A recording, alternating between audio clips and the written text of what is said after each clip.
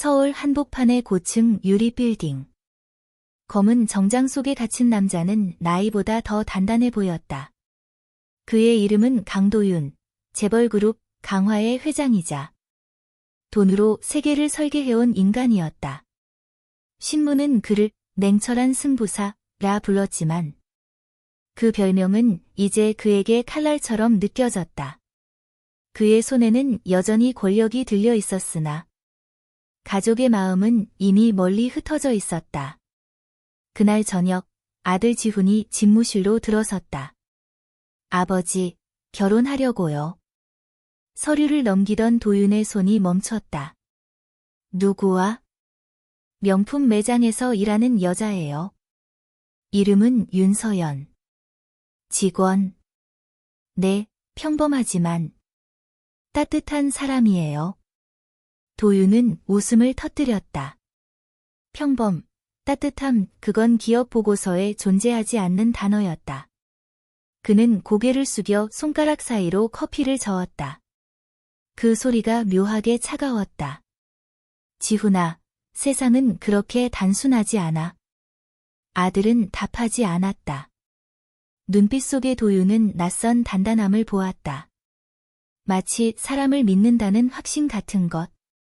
그날 밤, 도윤은 혼자 자신의 얼굴을 거울로 바라봤다. 은빛 머리카락이 반쯤 흘러내리고 광택 없는 눈동자가 어딘가 공허했다. 그는 속삭였다. 진심이란 게 얼마나 값어치 있는지 내가 직접 확인해보마. 다음 날, 그는 의상을 바꿨다. 맞춤 정장은 옷장 속에 밀어넣고 창고에서 꺼낸 낡은 코트를 걸쳤다. 거지처럼 꾸미는 일은 쉽지 않았다. 그의 손끝은 여전히 고급 시계의 무게를 기억했으니까. 그래서 시계도 벗고 신발도 낡은 운동화로 갈아 신었다. 거리의 공기는 냄새가 있었다. 기름에 젖은 하수구 냄새, 사람들의 시선, 그리고 무시의 냄새. 그는 그것을 처음으로 들이마셨다. 벤틀리 대신 버스를 타고 명품 브랜드 벨라누아의 플래그십 매장 앞에 섰다. 유리벽 너머엔 다른 세계가 있었다. 조명 아래에서 반짝이는 가방들. 그 위에 내려앉은 향수 냄새가 공기를 찢고 있었다. 문을 열자 순간 매장의 공기가 경직됐다. 직원들은 동시에 눈을 흘겼다. 손님, 여기엔 손님만 들어오실 수 있습니다. 도윤은 아무 말 없이 캔을 흔들었다. 따뜻한 물 한 잔만 주이소. 목이 타서요. 그의 목소리는 스스로도 놀랄 만큼 낮았다. 직원 한 명이 콧방귀를 뀌었다. 이런 분은 밖으로. 그때였다. 한 여자가 다가왔다. 윤서연. 그녀의 목소리는 차분했고 눈동자엔 이상한 온기가 있었다. 잠깐만요. 이분 춥잖아요. 여기 잠깐 앉으세요. 그녀는 그를 매장 한쪽 구석, 스태프용 의자에 앉혔다. 제가 물 한 잔 드릴게요. 기다리세요. 나 더럽습니다. 사람이 더럽다고 마음까지 그런 건 아니죠. 그녀는 종이컵에 따뜻한 물을 따라왔다. 그 단순한 제스처가 도윤에게는 폭풍 같았다. 그가 평생 계산하고 거래해온 모든 호의는 언제나 조건이 붙어 있었기 때문이다. 그녀가 물을 내밀었다. 뜨거우니까 조심하세요. 도윤은 컵을 받았다. 손끝이 떨렸다. 마치 불타는 금속을 쥔 듯했다. 그 순간 그는 깨달았다. 이 여자는 진짜다. 하지만 그 진심이 얼마나 지속되는지 그는 본능적으로 시험하고 싶었다. 진심을 의심하는 건 권력자의 오래된 병이었다. 그날 밤 도윤은 오래된 양복바지 주머니에서 구겨진 1,000원짜리를 꺼냈다.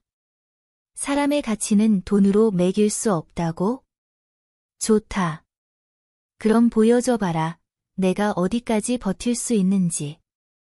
그는 내일 또 거지의 옷을 입을 것이었다. 그리고 세상이 아닌 사람 한 명의 진실을 판별할 것이다.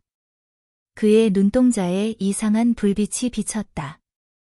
그건 권력자의 호기심도 아버지의 사랑도 아닌 신의 흉내를 내려는 인간의 욕망이었다. 다음 날 도윤은 다시 그 낡은 코트를 걸쳤다.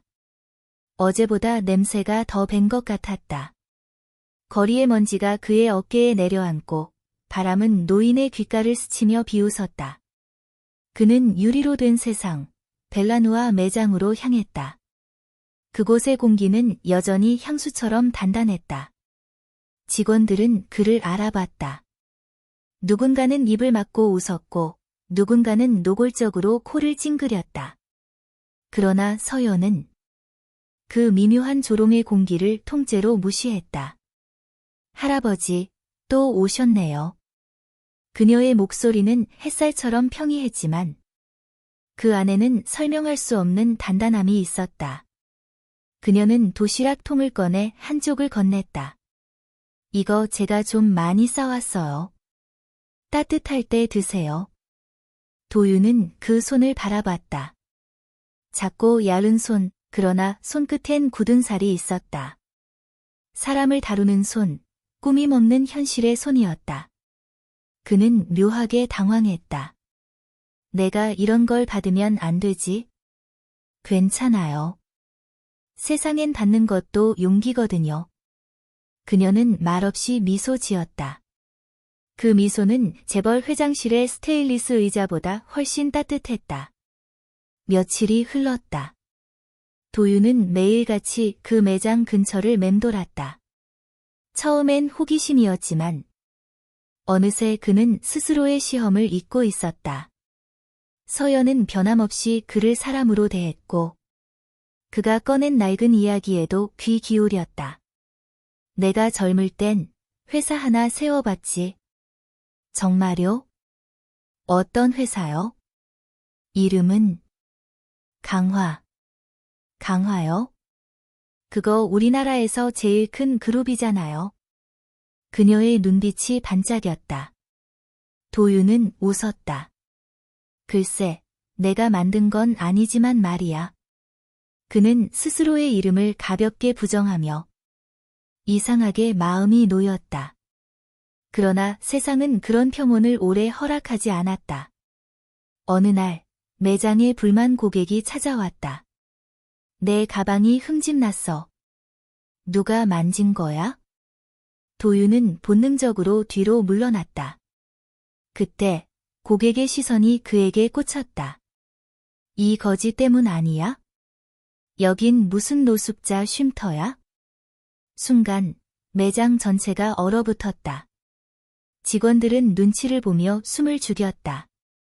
그때 서연이 앞으로 나섰다. 이분은 손님이 아니에요.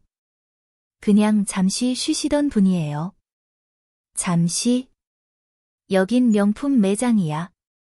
이런 사람 냄새가 진동하는데? 고객의 목소리는 칼날 같았다. 그 칼날이 허공을 베자 서연은 작은 목소리로 그러나 분명히 말했다. 사람 냄새는 지워야 하는 게 아니에요. 그 한마디에 도윤의 가슴이 멈췄다. 그녀는 해고를 각오하고 있었다. 보안요원이 들어왔고 매니저는 서연을 불러 따로 면담을 했다. 그녀는 고개를 숙였지만 눈빛은 꺼지지 않았다. 도윤은 유리창 밖에서 그 모습을 지켜봤다. 그의 손끝이 떨렸다. 내가 만든 세상에서 이런 아이가 상처받고 있구나. 그날 밤 그는 오랜만에 회사에 나갔다. 밤중의 빌딩은 유리로 된 성당처럼 차가웠다. 자신의 이름이 새겨진 로고를 보며 중얼거렸다. 나는 언제부터 사람 대신 숫자를 믿게 됐나? 책상 위엔 아들의 사진이 있었다. 옆에는 지훈이와 서연이 함께 찍은 사진이 있었다. 두 사람의 표정은 단순했다. 비싼 옷도 금빛 배경도 없었다. 그저 평범한 웃음, 그러나 거짓이 없는 웃음이었다. 그때 문이 열렸다. 비서가 들어왔다. 회장님, 기자들이 내일 약혼식 기사 발표 준비 중입니다. 도윤은 순간 멈췄다. 약혼식. 예, 강지훈 부장님과 윤서연 씨요. 피가 식는 느낌이었다. 이제 그 거짓의 옷은 더 오래 입을 수 없었다. 하지만 그가 벗는 순간 세상도 변할 것이다. 그의 정체가 드러나면 서연은 충격을 받을 테고 지훈은 아버지를 원망할 것이다. 밤새 그는 잠들지 못했다. 진심이란 건 결국 드러나야 하는 걸까? 아니면 숨겨야 오래 사는 걸까? 다음 날 그는 마지막으로 거짓 옷을 입었다. 그러나 이번엔 거짓말처럼 그 옷이 편안했다. 진실이란 건 고급 옷감보다 낡은 천 속에 숨어있는 법이지. 그는 스스로에게 그렇게 말했다. 약혼식 날. 호텔 로비는 금빛으로 빛났다. 샹들리에는 1000개의 거짓된 미소가 매달려 있었다. 사람들은 돈 냄새를 칭찬했고 꽃 냄새는 이미 사라진 지 오래였다. 그리고 그 중심에 서연이 있었다. 도윤은 그 자리에 조용히 들어섰다. 이번엔 코트도 가면도 없었다. 그는 강도윤 회장으로 서 있었다. 서연의 눈이 그를 알아봤다. 순간 그녀의 숨이 멎었다. 그날, 그 거지. 그래. 그게 나였소. 방 안의 공기가 무너졌다. 기자들, 가족들, 모두의 시선이 그를 찔렀다. 도윤은 미소를 지었다. 사람의 마음을 확인하고 싶었네. 그대가 돈을 모르는 사람인지 아니면 마음을 아는 사람인지. 서연은 아무 말도 하지 않았다. 다만 그 눈빛 속에는 놀람보다 더 깊은 감정이 있었다. 실망도, 분노도 아닌 연민. 회장님, 그날 주신 물 한 잔. 저에겐 시험이 아니라 한 인간으로 기억된 일이었어요. 그녀는 조용히 말했다. 도윤은 처음으로 고개를 숙였다. 내가 내 스스로를 시험한 셈이었지. 그 순간 그의 내면에서 무언가 무너져 내렸다. 돈으로 세운 탑이 아니라 평생 쌓아온 두려움이었다. 호텔의 조명이 눈부시게 빛났다. 그러나 도윤에게 그 빛은 칼날처럼 느껴졌다. 자신의 정체가 드러난 순간 사람들의 시선이 일제히 그를 겨누었다. 회장님이 직접 변장을. 세상에 며느리 감을 시험하려고. 속삭임들이 회전문처럼 방 안을 맴돌았다. 그 모든 소리가 하나의 문장으로 합쳐졌다. 믿지 못하는 인간. 서연은 멍하니 그를 바라봤다. 얼굴에는 화장이 남았지만 눈빛엔 물기가 고였다. 그녀는 낮은 목소리로 물었다. 그럼 그날들 전부 거짓이었나요? 거짓이었지만 그 안에서 진실을 봤소. 그의 대답은 무겁고 느렸다. 난 내 세상을 시험하려 했는데 결국 나 자신이 시험받았네. 잠시 침묵이 흘렀다. 샹들리에 불빛이 흔들리고 어딘가에서 기자의 셔터 소리가 났다. 그 모든 빛이 번쩍일 때마다 도윤은 자신이 세운 제국의 벽돌이 조금씩 무너지는 소리를 들었다. 서연이 입술을 다물었다가 천천히 말했다. 저는 누군가를 의심하기보다 믿어보는 쪽이 더 어렵다는 걸 알아요. 하지만 그 어려운 일을 포기하지 않으려 했어요. 그녀의 말은 부드러웠으나 도윤의 가슴엔 벼락처럼 꽂혔다. 지훈이 자리에서 일어나 아버지를 바라봤다. 아버지, 이게 사람을 시험하는 방법입니까? 그 목소리는 분노보다 슬픔에 가까웠다. 도윤은 대답하지 않았다. 그저 천천히 자리에서 일어나 모든 시선이 쏠린 가운데 고개를 숙였다. 모두들 미안하오.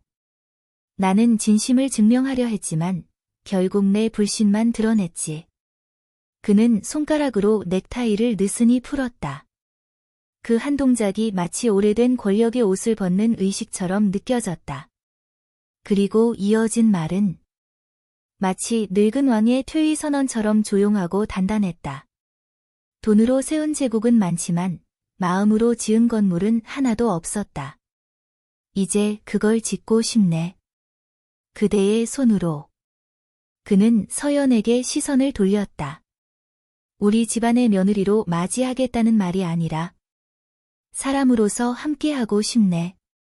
나의 세상에 사람 냄새를 남겨주게. 서연은 잠시 그를 바라보다가 미소를 지었다. 그 미소는 눈물과 함께 피어났다. 그녀는 고개를 숙였다. 그럼 이번엔 제가 물을 드릴게요. 그녀는 테이블에 있던 물병을 들어 잔에 따랐다. 그때 도윤은 처음으로 물 한 잔이 가진 의미를 깨달았다. 그건 동정이 아닌 관계의 시작이었다. 그날 이후 약혼식은 기사 한 줄 없이 끝났다. 도윤은 기자들에게 아무 말도 하지 않았다. 대신 회사의 이름으로 별표 강화인문재단 별표를 세웠다. 그 재단의 첫 프로젝트는 노숙인 자활 지원이었다. 기부식장에서 누군가 물었다. 회장님, 왜 갑자기 이런 일을 시작하셨습니까? 도윤은 웃으며 대답했다. 내가 잃어버린 사람 하나를 되찾았거든. 그가 말하는 사람이 누구인지 아무도 몰랐다. 하지만 그의 눈빛은 분명히 한 사람을 떠올리고 있었다. 윤서연. 그녀는 재단의 초대 운영이사가 되어 현장을 뛰어다녔다. 손끝이 갈라지고 구두가 닳아도 그녀는 웃었다. 도윤은 그런 그녀를 멀리서 지켜보며 생각했다. 저 아이의 진심은 내 삶의 마지막 증거가 될 것이다. 겨울이 왔다. 매서운 바람이 도심의 골목을 스쳤다. 그 골목 어귀, 오래된 벤치에 도윤이 앉아 있었다. 그는 여전히 낡은 코트를 입고 있었다. 하지만 이번엔 변장이 아니었다. 그는 스스로 그 옷을 선택했다. 자신이 버린 권력을 대신할 사람의 온도를 지닌 옷이었다. 한 노숙인이 다가왔다. 회장님, 이제 진짜 거지 되신 거 아니에요? 그는 웃으며 종이컵을 내밀었다. 그래, 같이 마시자고. 오늘은 내가 회장이지. 두 사람의 웃음이 겨울 공기를 조금 데웠다. 그때 서연이 재단 차량에서 내려왔다. 회장님, 여기 계셨네요. 따뜻한 커피 드시죠. 그녀가 커피를 내밀자 도윤은 두 손으로 컵을 받았다. 뜨거운 김이 하얗게 피어올랐다. 그 안에 세상의 냉기가 녹아들었다. 사람의 마음은 온도야. 그가 조용히 말했다. 너무 뜨거워도 타고 너무 차가워도 얼어버리지. 적당히 미지근할 때 그게 진심이야. 서연이 웃었다. 그럼 그 온도를 지키는 게 제 일이겠네요. 그래. 그리고 나의 속죄이기도 하지. 햇살이 벤치 위로 내려앉았다. 도윤은 손에 든 커피를 바라봤다. 그 향은 벤틀리의 가죽 냄새보다, 금고의 냉기보다 훨씬 진하고 따뜻했다. 멀리서 아이들이 뛰어가며 웃었다. 그 소리에 도윤은 미소 지었다. 그는 더 이상 재벌도 시험관도 아니었다. 그저 세상 한가운데 앉아 사람을 다시 믿기 시작한 늙은 인간이었다. 그리고 그 순간 그는 깨달았다. 진실은 언제나 고급 옷 안에 있는 게 아니었다. 진실은 늘 낡은 코트를 입고 누군가의 따뜻한 시선 아래에서만 빛나는 법이었다.